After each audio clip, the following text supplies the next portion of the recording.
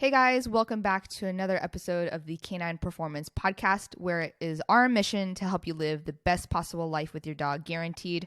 I'm your host, Natalie Dobkins, and for today's podcast episode, we're going to be talking about putting your dog away. So, putting your dog away, what does that mean? In the post that I posted today on Instagram, it is Monday, February 10th. Go ahead and check that out if you want. There's a neat little graphic there to visually explain a little bit more of what I'm talking about. Putting your dog away just means taking a break from a training session. So if you're listening to this podcast, chances are you're kind of invested in training your dog. You probably follow some other dog training accounts on Instagram, on Facebook. Maybe you listen to some other podcasts. Who knows what it is? But regardless, at some point, you gain a lot of inspiration and motivation. You learn a lot of new things from all these different places that you keep up with for all of your dog info. Now, those same accounts that are super inspiring, they're super motivating, they give you so much knowledge, can sometimes often leave you kind of down in the dumps, to be honest.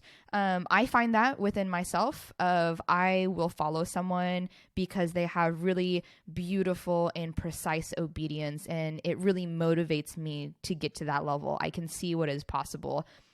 But on some days when I'm really struggling with my dog, maybe I'm having a bad day, maybe they're having a bad day, maybe we're both having a bad day, I just think of that account again in my mind's eye, and I just get so frustrated because I'm like, I know that this is possible. I know that I can do this. Why am I struggling so hard? Why do I feel like I'm not making any progress at all?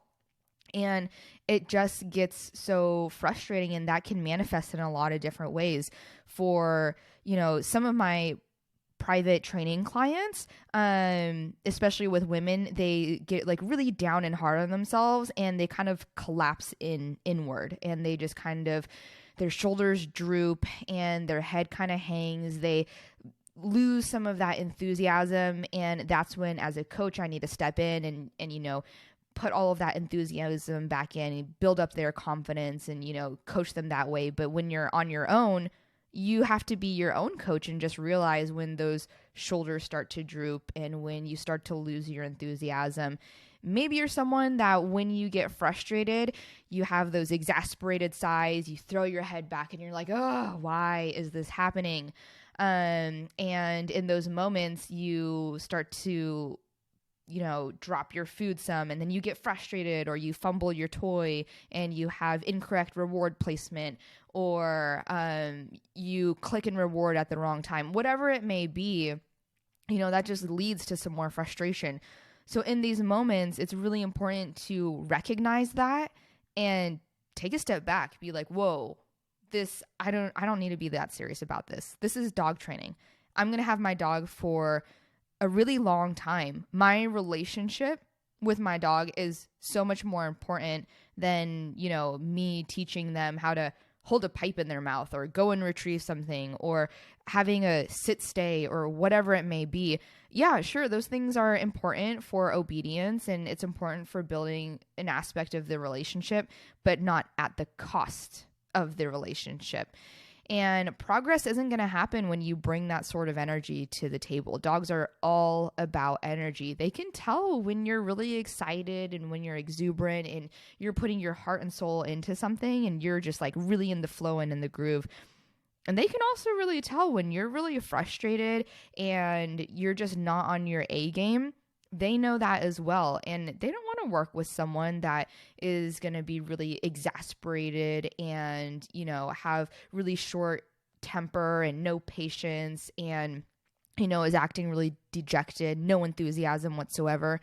So in those moments, what are some things that you can do? And so for me, my recommendation to individuals who get frustrated, and these are recommendations to myself as well, is that just put your dog away in the crate. And I use this a lot when I'm feeling on my A game, but I can tell my dog is not feeling on their A game.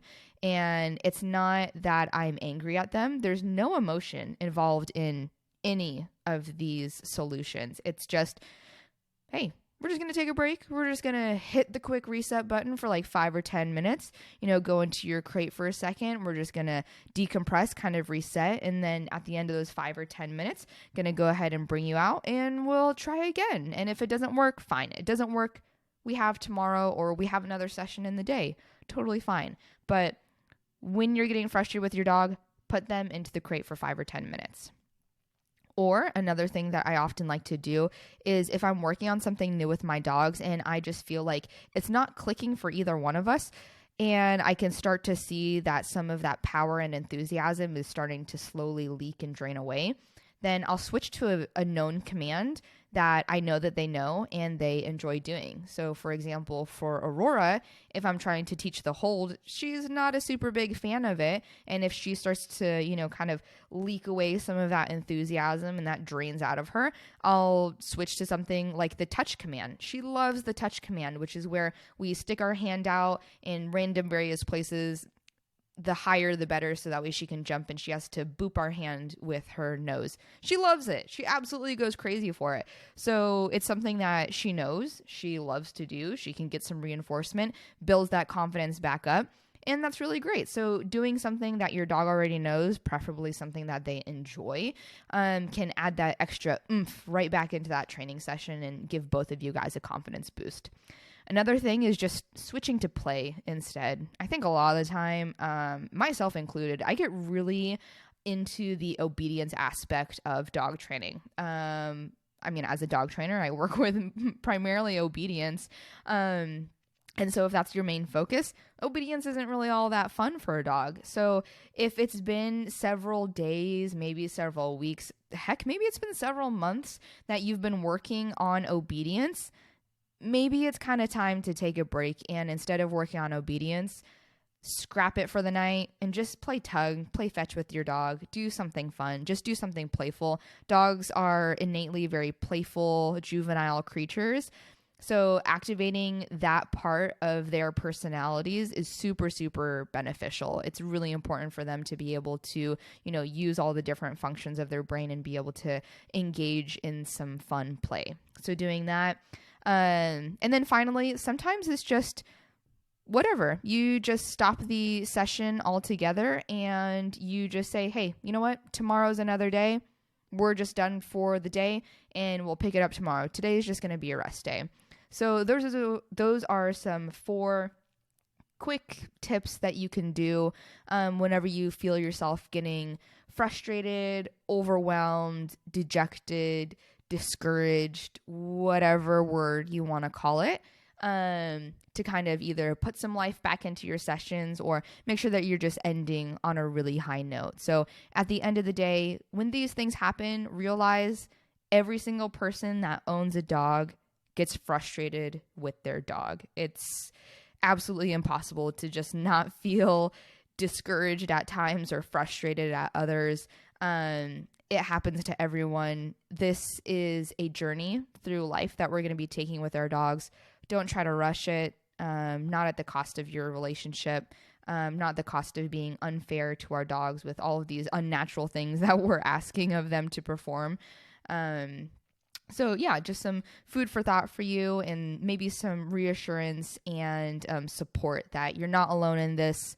Other people also feel this, and hopefully some of those tips can be, encouraging to you. Keep those in the back of your mind. But yeah, I guess that is everything that I have for this podcast episode. If you're new to listening to this podcast, you can also find us on Instagram. Our handle is Canine Performance, CANINE_performance. You can also find us on Facebook under the same name.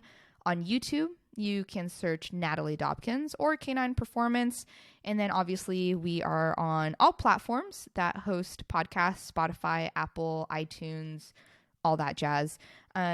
So would love to hear some feedback if you're listening to some of these podcast episodes. If that's DMs on Instagram, or just leave us a review wherever you're listening to this podcast. That helps with the rankings, and it gives us some good feedback too, so that way we can mold and, change how some of the information is delivered or make improvements in other ways. So thank you so much for listening to this episode, and we'll see you guys next time.